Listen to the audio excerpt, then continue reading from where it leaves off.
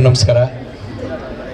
ದೃಶ್ಯ ಮಾಧ್ಯಮ ಹಾಗೂ ಪತ್ರಿಕಾ ಮಾಧ್ಯಮಗಳಿಗೆ, ಸ್ನೇಹಿತರಿಗೆಲ್ಲ ನಮಸ್ಕಾರ.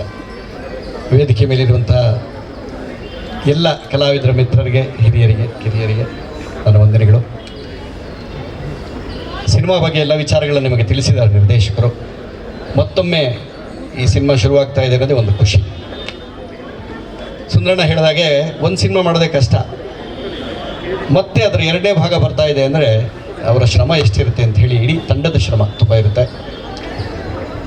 ನಮಗೆ ಸಾಥ್ ಕೊಟ್ಟಂತಹ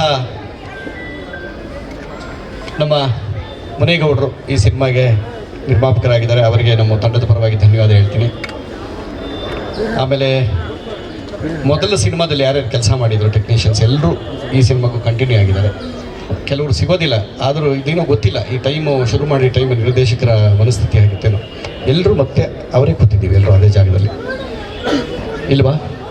ನರಸಿಂಹಣ್ಣ ಹೊಸಬರ ಅದಕ್ಕೇನು ಕೈ ಎತ್ತಿದ್ದೀವೋ?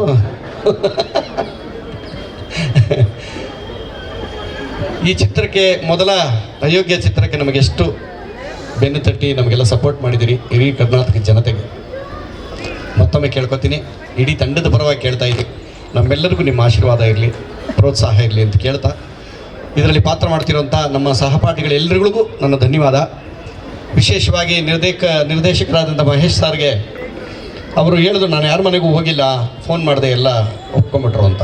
ಬಾಂಧವ್ಯ ಅನ್ನೋದೊಂದಿರುತ್ತಲ್ಲ, ನಂಬಿಕೆ, ಅದು ತುಂಬ ಕೆಲಸ ಮಾಡಿದೆ ಇಂಥ ಟೈಮಲ್ಲಿ. ನೀವು ಯಾಕೆ ನಮ್ಮ ಮನೆವರೆಗೂ ಬರ್ತೀರಿ, ವಾಟ್ಸಪ್ಪಲ್ಲಿ ಕಳಿಸಿ, ಇಲ್ಲ ಫೋನ್ ಮಾಡಿ ಸಾಕು ಅಂತೀವಿ. ಅದರ ಅರ್ಥ ಏನಂದರೆ ಅಷ್ಟು ಬಂಧವಾಗಿದೆ ಅಂತ ಸಂಬಂಧ. ಹೌದು, ಟಿ ವಿ ಮೂಲಕ ಎಲ್ಲರ ಮನೆಗೂ ಪರಿಚಯ ಮಾಡಿಸ್ಬಿಟ್ಟಿದ್ದಾರೆ ಅವ್ರು ನಮ್ಮನ್ನು.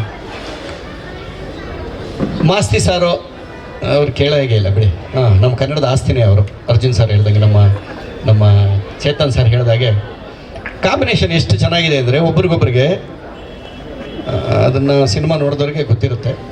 ಸೊ ಈ ಎರಡನೇ ಸಿನಿಮಾಗೂ ನಾವೆಲ್ಲ ಹೆಜ್ಜೆ ಇಟ್ಟಿದ್ದೀವಿ, ನಿಮ್ಮೆಲ್ಲರ ಪ್ರೋತ್ಸಾಹ ನಮ್ಮ ಮೇಲೆ ಇರಲಿ ಅಂತ ಹೇಳಿ ಕೇಳ್ತಾ, ಎಲ್ಲರೂ ನಮಗೆ ಆಶೀರ್ವಾದ ಮಾಡಿ ಅಯೋಗ್ಯ 2 ಒಂದಿಗಿಂತ ಅದ್ಭುತವಾಗಬೇಕು ಅಂತ ಹೇಳಿ ಕೇಳ್ಕೊತಾ ಇದ್ದೀನಿ. ನಿಮ್ಮೆಲ್ಲರ ಸಪೋರ್ಟ್ ನಮಗಿರಲಿ. ನಮಸ್ಕಾರ.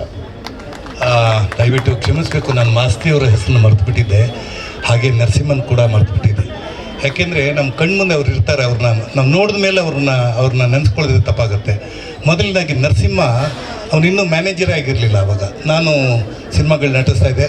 ಒಂದು ಮಾತು ಕೇಳೋದು, ಸರ್ ನಮ್ಗೆ ಕಾರ್ಡ್ ಕೊಡಿಸಿ ಸರ್, ಹಿಂಗೊಂದು ಕಾರ್ಡ್ ಕೊಡಿಸಿ ಸರ್ ಅಂದ. ಇವತ್ತು ಅವನು ನನಗೆ ಫೋನ್ ಮಾಡಿ, ನೋಡಿ ಸರ್ ಇವತ್ತು ಅವ್ನು ಮ್ಯಾನೇಜರ್ ಆಗಿದ್ದಾನೆ, ನನಗಂತೂ ಭಾಳ ಹೆಮ್ಮೆ ಆಗುತ್ತೆ. ಹಾಗೆ ನಮಗೆ ತುಂಬ ಜನ ಫ್ಯಾನ್ಸ್ ಇರ್ತಾರೆ. ನಮಗೆಲ್ಲ ನೋಡಿದಾಗ ಹಲೋ ಸುಂದರರಾಜ್ ಅಂತಾರೆ, ಹಲೋ ಸತೀಶ್ ಅಂತಾರೆ, ಹಾಗೆ ರಚಿತಾರಾಮ್ ಅಂತಾರೆ ಅಂತ. ಆದರೆ ಒಬ್ಬ ರೈಟರ್ನ ಫ್ಯಾನ್ ಆಗಬೇಕು ಅಂತಂದರೆ ಭಾಳ ಗ್ರೇಟ್. ನಾನು ಅವ್ರ ಫ್ಯಾನು, ಮಾಸ್ತಿ ಫ್ಯಾನ್. ಕೇಳಿಸ್ಕೊಳ್ಳಿ ಮಾಸ್ತಿ, ನಾವು ಮಾಸ್ತಿ ವೆಂಕಟೇಶ್ ಅಯ್ಯಂಗಾರ್ ಅಂತ ಒಂದು ಅದ್ಭುತವಾದ ಒಬ್ಬ ಜ್ಞಾನಪೀಠ ಪ್ರಶಸ್ತಿ ಪಡೆದಂಥವ್ರು, ಅವ್ರು ನೆನೆಸ್ಕೊತೀವಿ. ಆದರೆ ನಮ್ಮ ಸಿನಿಮಾ ರಂಗಕ್ಕೆ ಜ್ಞಾನಪೀಠ ಪ್ರಶಸ್ತಿ ಪಡೆಯುವಷ್ಟು ಯೋಗ್ಯ ಇರೋರು ಮಾಸ್ತಿ, ನಮ್ಮ ಕನ್ನಡದ ಮಾಸ್ತಿ ಸರ್. ನೀವು ನಮ್ಮ ಆಸ್ತಿ ಸರ್.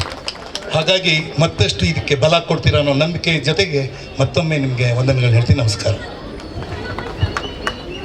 ನಮ್ಮ ನರಸಿಂಹಣ್ಣ ಕ್ಷಮೆ ಇರಲಿ, ಸುಮಾರು ಸಿನಿಮಾಗಳು ಮಾಡಿದ್ದೀವಿ ನಾವು. ಯಾರು ನಮ್ಮ ತರುಣ್ ಸುಧೀರು ಮತ್ತು ಶರಣ್ ಸರ್ ಜೊತೆಲಿ, ಅದಕ್ಕೆಲ್ಲ ಇವರೇ ಮ್ಯಾನೇಜರು. ನಮ್ಮನ್ನು ಚೆನ್ನಾಗಿ ನೋಡ್ಕೊಂಡಿದ್ದಾರೆ. ಅದೇನೋ ಕಲರ್ ಕಾಣಲಿಲ್ಲ ನನಗೆ, ಇಬ್ಬರು ಒಂದೇ ಕಲರ್ ನಾವು. ವಿಶೇಷವಾಗಿ ಈ ಚಿತ್ರದಲ್ಲಿ ನಮ್ಮ ನಾಯಕ ನಟರು ಸತೀಶ್ ಸರ್ ಹಾಗೂ ರಚಿತಾ ಮೇಡಮ್ ಎಲ್ಲ ಸಹ ಕಲಾವಿದರಿಗೆ ಸಪೋರ್ಟ್ ಕೊಟ್ಕೊಂಡು ಮೊದಲನೇ ಸಿನಿಮಾ ಎಷ್ಟು ಚೆನ್ನಾಗಾಯಿತು ಅಷ್ಟು ಚೆನ್ನಾಗಿ ಬೆನ್ನು ತಟ್ಕೊಂಡು ಬಂದಿದ್ದಾರೆ. ಅವ್ರಿಗೂ ವಿಶೇಷವಾದ ಅವರಿಬ್ಬರಿಗೂ ಧನ್ಯವಾದಗಳನ್ನ ಹೇಳ್ತೀನಿ. ನಮಸ್ಕಾರ.